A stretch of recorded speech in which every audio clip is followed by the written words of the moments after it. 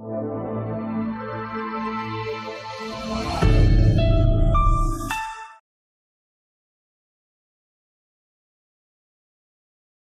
बच्चों, स्वागत है आपका विज्ञान की दुनिया कक्षा 7 बाय वाणी पब्लिकेशन के साथ। शुरू करते हैं बच्चों पाठ संख्या 2 और पाठ संख्या 2 का नाम है पौधों एवं जंतुओं में श्वसन। तो सबसे पहले हम देखेंगे श्वसन। सभी सजीवों को जीवन की आवश्यक क्रियाओं को अबाध गति से निरंतर बनाए रखने के लिए ऊर्जा की आवश्यकता होती है। ऊर्जा के बिना इन क्रियाओं को जारी रखना असंभव है। यह ऊर्जा हमें भोजन से एक विशेष प्रक्रिया द्वारा प्राप्त होती है, जिसे श्वसन कहते हैं। श्वसन वह प्रक्रिया है जिसके द्वारा कोई सजीव ऑक्सीजन ग्रहण करता है। जब हम सांस लेते हैं तो हम ऑक्सीजन ग्रहण करते हैं तथा हानिकारक पदार्थ जैसे कार्बन डाइऑक्साइड तथा वाष्प बाहर निकालता है। ऊर्जा उत्पादन की यह प्रक्रिया 24 घंटे निरंतर चलती रहती है। अब हम देखेंगे श्वसन के प्रकार। श्वसन ऑक्सीजन वायु की उपस्थिति में होता है, परंतु बहुत ही कम मात्रा में यह ऑक्सीजन की अनुपस्थिति में भी होता है। इस प्रकार ऊर्जा की प्राप्ति के लिए भोजन का दहन ऑक्सीजन की उपस्थिति तथा अनुपस्थिति दोनों में ही हो सकता है। श्वसन के दो प्रकार होते हैं। सबसे पहले है वायवीय श्वसन। वायवीय का अर्थ होता है वायु के साथ। वह श्वसन जिसमें ऑक्सीजन वायु की आवश्यकता होती है वायवीय श्वसन कहलाता है। वायवीय श्वसन के अंतर्गत भोजन को ग्लूकोज के रूप में ऑक्सीकरण की क्रिया द्वारा कार्बन डाइऑक्साइड और जल में विखंडित किया जाता है। वायवीय श्वसन में जीव के उपयोग हेतु अत्यधिक मात्रा में ऊर्जा का उत्पादन होता है। फिर आते हैं हम अवायवीय श्वसन पर। अवायवीय का अर्थ है वायु रहित। जब श्वसन ऑक्सीजन की अनुपस्थिति में होता है तो अवायवीय श्वसन कहलाता है। कुछ सूक्ष्म जीव जैसे यीस्ट तथा कुछ जीवाणु अवायवीय श्वसन द्वारा ऊर्जा प्राप्त करते हैं। सूक्ष्म जीव अवायवीय श्वसन द्वारा भोजन ग्लूकोज को एथिल अल्कोहल तथा कार्बन डाइऑक्साइड में विखंडित कर ऊर्जा मुक्त करते हैं। यानी कि सूक्ष्म जीव अवायवीय श्वसन द्वारा क्या करते हैं, भोजन को एथिल अल्कोहल और कार्बन डाइऑक्साइड में खंडित कर देते हैं, बांट देते हैं और फिर उसे ऊर्जा मुक्त करते हैं। वायवीय तथा अवायवीय श्वसन में अंतर देखेंगे। यद्यपि दोनों प्रकार के श्वसनों में भोजन के विखंडन से ऊर्जा मुक्त होती है, तथापि दोनों में कुछ अंतर पाए जाते हैं जो नीचे सारणी में दिए गए हैं। वायवीय श्वसन और अवायवीय श्वसन। यह ऑक्सीजन की उपस्थिति में होता है, यह ऑक्सीजन की अनुपस्थिति में होता है। इसमें भोजन पूर्णतः विखंडित हो जाता है, इसमें भोजन आंशिक रूप से विखंडित होता है। वायवीय श्वसन के अंतिम उत्पाद जल तथा कार्बन डाइऑक्साइड होते हैं।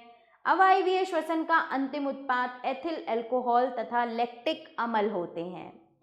वायवीय श्वसन में पर्याप्त मात्रा में ऊर्जा मुक्त होती है, अवायवीय श्वसन में कम मात्रा में ऊर्जा मुक्त होती है।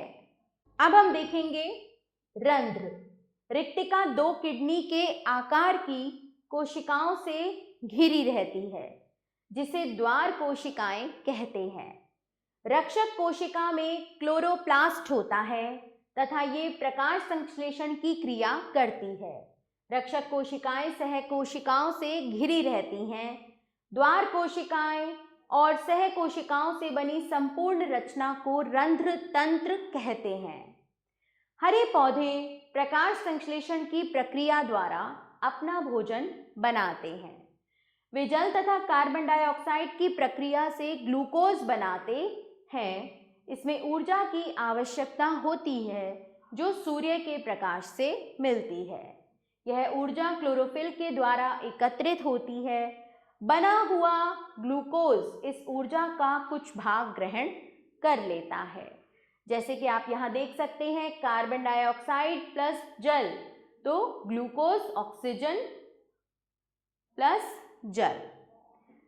जब किसी पौधे को ऊर्जा की आवश्यकता होती है तो यह इसे उसी तरीके से मुक्त करता है जैसे कोई जीव श्वसन की क्रिया में करता है, यानी कि C6H12O6 प्लस 6O2, सो 6CO2 प्लस 6H2O प्लस ऊर्जा। पहली बार देखने पर यह अभिक्रिया प्रकाश संश्लेषण की भांति लगती है। प्रकाश संश्लेषण की अभिक्रिया ग्लूकोज का निर्माण करती है तथा श्वसन क्रिया इसे विभाजित करती है। इस प्रकार अभिक्रियाएं बहुत अधिक भिन्न होती हैं। प्रकाश संश्लेषण अभिक्रिया में ऊर्जा प्रकाश ऊर्जा से प्राप्त होती है। श्वसन क्रिया में रासायनिक ऊर्जा होती है। अब हम देखेंगे पौधों में श्वसन। पौधों में श्वसन क्रिया जंतुओं की अपेक्षा काफी सरल होती है। पौधों में गैसों का विनिमय रंध्रों, लेंटिकल्स तथा अंतःकोशिकीय स्थानों द्वारा होता है। पौधों की पत्तियों में रंध्र तथा लेंटिकल्स तनों पर होते हैं। जलीय पौधों में गैसों का आदान प्रदान उनके शरीर की सतह से ही होता है। स्टोमेटा एकल रंध्र के द्वारा पत्तियों के तल पर उपस्थित सूक्ष्म छिद्र, पुरानी टहनियों पर खुले रूप में उपस्थित वातरंध्रों द्वारा और जड़ों के सामान्य तल द्वारा।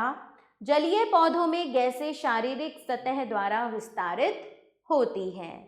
अब हम देखेंगे श्वसन तथा प्रकाश संश्लेषण। श्वसन की क्रिया में ऊर्जा बनती है, जबकि प्रकाश संश्लेषण की क्रिया में ऊर्जा की सूर्य के प्रकाश के रूप में आवश्यकता होती है। श्वसन वह क्रिया है जिसमें भोजन सरल रूप से विखंडित हो जाता है, जबकि प्रकाश संश्लेषण की क्रिया में भोजन सरल अणुओं में एकीकृत हो जाता है। श्वसन में ऑक्सीजन उपयोग की जाती है तथा प्रकाश संश्लेषण की क्रिया में ऑक्सीजन बनती है। अब यहाँ पर एक गतिविधि दी हुई है आपको। श्वसन क्रिया में कार्बन डाइऑक्साइड के निकलने का प्रदर्शन। तो हमारा उद्देश्य है श्वसन क्रिया द्वारा कार्बन डाइऑक्साइड का बनना। विधि: तली वाले फ्लास्क में कुछ अंकुरित बीज लीजिए तथा 2 छिद्रों वाले रबड़ की कॉर्क को इसके मुंह पर फिट कर दीजिए। पहले छिद्र में थिसल फनल तथा दूसरे छिद्र में 2 मुंह वाली कांच की नली डालिए। कॉर्क अच्छी तरह से फिट होनी चाहिए। कांच की नली के मुक्त सिरे को जल से भरी परख नली से जोड़ दीजिए। 1 घंटे के लिए उपकरण को ऐसे ही छोड़ दें। पानी से भरी परख नली की जगह चूने के पानी से भरी परख नली लगा दीजिए। कॉर्क को हटाइए तथा फ्लास्क से थिसल फनल की सहायता से जल डालकर इसे लगभग पूरा कर दीजिए। आप पाएंगे कि चूने का पानी दूधिया हो जाता है। इससे यह सिद्ध होता है कि श्वसन के दौरान अंकुरित बीज कार्बन डाइऑक्साइड का निर्माण करते हैं। यह प्रयोग गमले में लगे हुए एक हरे पौधे को एक जार में रखकर भी किया जा सकता है। अब देखेंगे जंतुओं में श्वसन। हमारी तरह ही हाथी, शेर, बकरी, मेंढक, छिपकली, सर्प तथा तोता आदि पशु पक्षी भी फेफड़ों से सांस लेते हैं। हमारी तरह ही जीव जंतु भी ऑक्सीजन ग्रहण करते हैं और कार्बन डाइऑक्साइड छोड़ते हैं। साधारण जीवों जैसे अमीबा, पैरामीशियम तथा हाइड्रा में श्वसन संबंधी विशेष अंग नहीं होते। ये जीव जल के सीधे संपर्क में होते हैं तथा इस प्रकार चारों तरफ से घिरे जल से कोशिकीय झिल्ली में ऑक्सीजन का विसरण होता है व कार्बन डाइऑक्साइड गैस बाहर की ओर विसरित हो जाती है। केचुआ व जोंक जैसे जीव अपनी लसलसी त्वचा से सांस लेते हैं। यह त्वचा बहुत पतली होती है तथा इसमें रक्त की ठीक प्रकार से पूर्ति हो जाती है।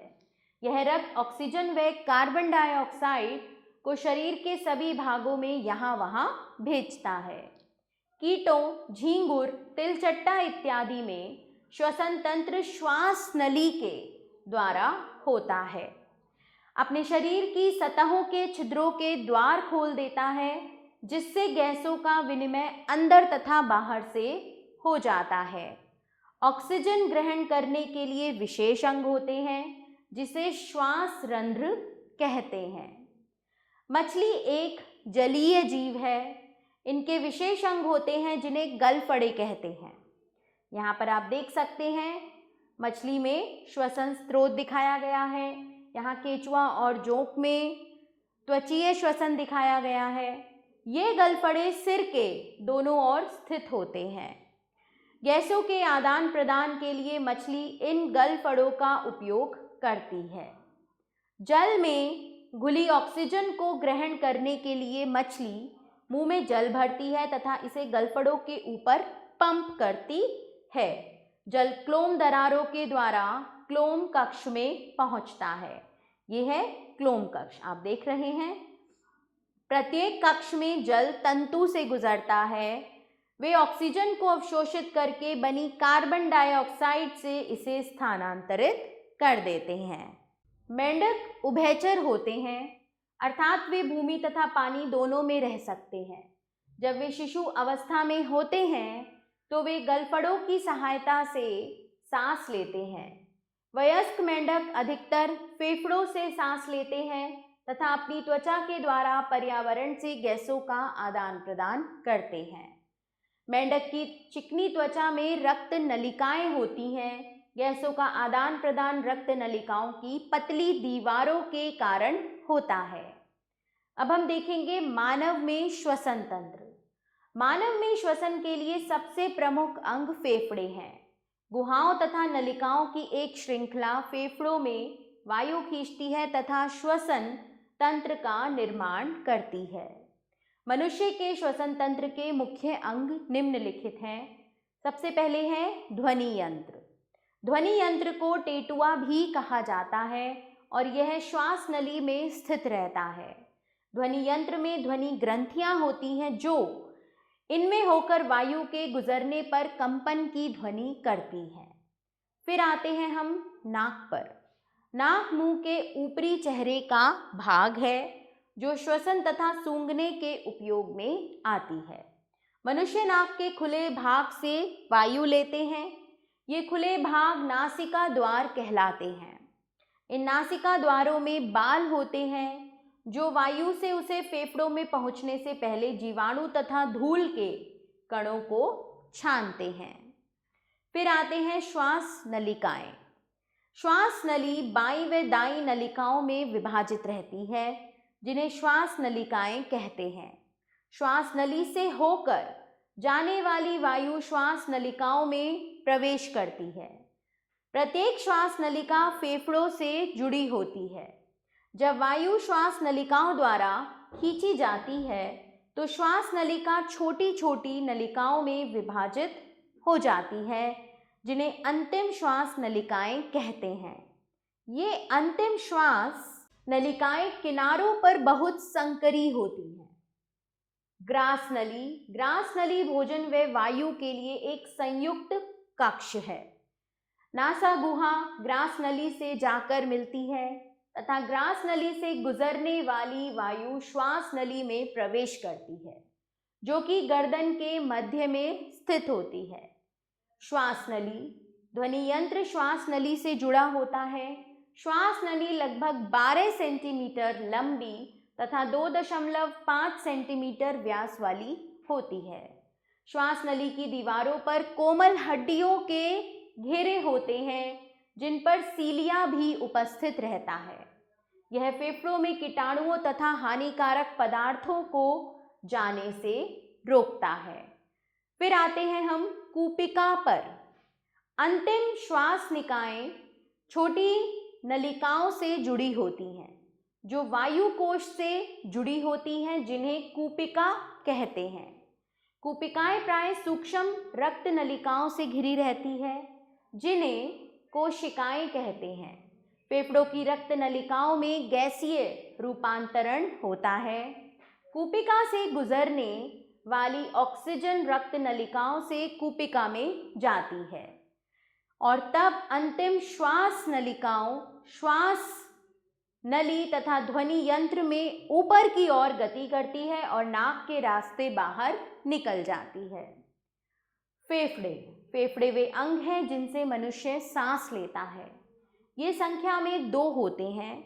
मानवीय फेफड़े छाती के गड्ढों में होते हैं जो कि तनपुट द्वारा अन्य भीतरी अंगों से अलग रहते हैं। फेफड़ों का कार्य वायु से ऑक्सीजन अवशोषित करना तथा शरीर से कार्बन डाइऑक्साइड को बाहर निकालना है। अब हम देखेंगे श्वसन की क्रिया विधि। जब आप श्वास अंदर लेते एवं बाहर छोड़ते हैं तब अपनी छाती को ध्यान से देखिए। आपने क्या देखा? जब आप श्वास अंदर लेते हैं तो आपकी छाती फैल जाती है, देखिए फैली, और जब आप श्वास बाहर छोड़ते हैं तो आपकी छाती संकुचित होकर छोटी हो जाती है। क्यों? जब आप श्वास लेते हैं तब आपकी पसलियों से संबंधित पेशियों में संकुचन होता है एवं ऊपर तथा बाहर की ओर खिंचती है। आपकी छाती वक्ष गुहा के नीचे अन्य शक्तिशाली पेशी स्थित होती है जिसे डायफ्राम कहते हैं। यह डायफ्राम भी संकुचित होकर छाती के निम्न सिरे को नीचे की ओर खींचता है। इन दोनों क्रियाओं के फलस्वरूप सीना फैलकर चौड़ा हो जाता है। इस प्रकार आपकी छाती का आयतन अचानक बढ़ जाता है। इस प्रक्रम के फलस्वरूप दिलचस्प घटना घटित होती है। आपके फेफड़ों के अंदर वायु का दाब बढ़ जाता है। अतः सैद्धांतिक रूप से आपके फेफड़ों का वायु दाब आपके चारों ओर के वायु के दाब से कम हो जाता है। इस दाबांतर के फलस्वरूप वायु तीव्रता से आपके फेफड़ों में प्रविष्ट हो जाती है। अतः आपके श्वास अंदर खींचने के साथ ही आपकी छाती फैल जाती है। जब आप श्वास बाहर निकालते हैं तब इसकी ठीक विपरीत क्रिया होती है। इस प्रक्रिया में आपकी पेशियां विश्राम करती हैं। आपकी छाती का आयतन घट जाता है। आंतरिक वायुदाब बाहरी वायुदाब से अधिक हो जाता है, जिसके परिणाम स्वरूप वायु तीव्रता से आपके फेफड़ों के बाहर निकल जाती है। ठीक उसी प्रकार जैसे कि एक पिचके हुए गुब्बारे से निकलती है। तो यहाँ बच्चों हमारे पाठ का पाठन समाप्त होता है और इस पाठ में आपके याद रखने योग्य है, श्वसन की क्रिया में 2 चरण होते हैं, अंतः श्वसन या सांस अंदर खींचना तथा निःश्वसन या सांस बाहर छोड़ना। श्वसन के 2 प्रकार होते हैं, वायवीय तथा अवायवीय श्वसन। श्वसन क्रिया सभी जीवों के जीवित रहने के लिए आवश्यक है। ऑक्सी श्वसन ऑक्सीजन की उपस्थिति में होता है। अधिकतम पौधे व जंतु इसी विधि द्वारा श्वसन करते हैं। आभार बच्चों, मिलते हैं नए पाठ के साथ।